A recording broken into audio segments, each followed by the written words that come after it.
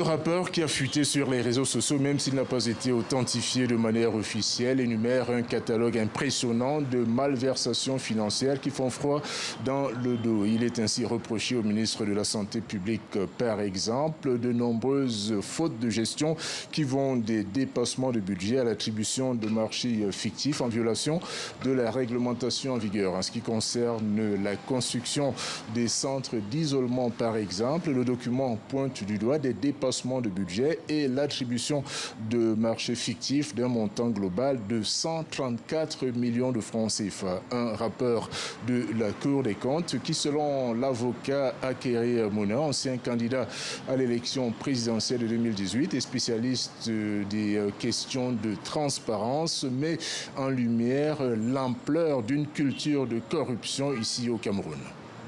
C'est vraiment triste. Et même pas triste, mais très grave. Quand on en arrive à importer des médicaments qu'on veut passer pour des médicaments fabriqués, quand on en arrive à le système d'octroi de marché sans principe qu'on puisse comprendre, je pense que la situation est très grave.